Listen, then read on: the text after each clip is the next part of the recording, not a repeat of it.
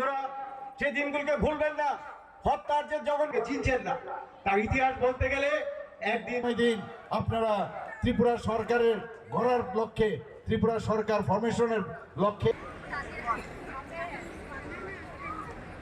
এমন একটা পার্টি, যে পার্টি সারা ভারতবর্ষের মধ্যে একটা সর্বশ্রেষ্ঠ পার্টি এবং যার মেম্বার প্রায় 17 কোটির মতো, সেই পার্টি সরকার কেন্দ্রেও চলছে, আমাদের ত্রিপুরাতেও চলছে।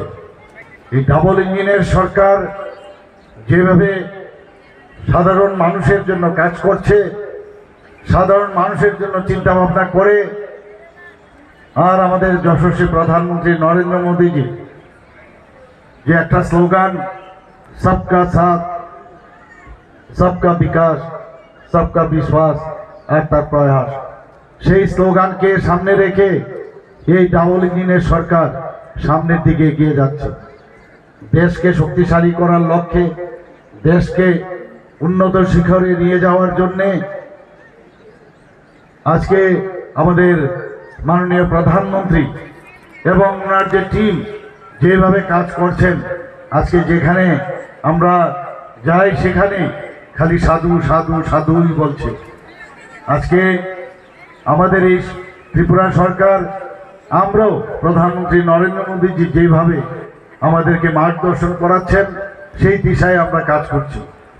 বন্ধুগণ, আপনারা দেখেছেন যে ত্রিপুরাতে 6টা ন্যাশনাল হাইওয়ের কাজ চলছে। আগে আমি কার্যসূত্রে আমি উদয়পুরে আমি আসতাম, কিন্তু যেভাবে রাস্তাঘাট তৎকালীন সময়ে ছিল, আজকে সাবরুমও আমরা যাব, আমরা কোনোদিন ভাবতে পারিনি এরকম একটা ন্যাশনাল হাইওয়ের বিষয়ে। যখন আমি গুয়াহাটিতে যাই, সেখানে স্টেজের মধ্যে যখন আমি বসেছিলাম, আমি আমাদের ইউনিয়ন মিনিস্টার নীতিন গডকরিজিকে বললাম যে NH-08 সেটার 4 লেন আপনি করে দিন। সাথে সাথে উনি স্যাংশন দিয়ে দিলেন। আমাদের লাইফ লাইন যেটা NH-08 সেটাকে 4 লাইনের উনি স্যাংশন দিয়ে দিলেন।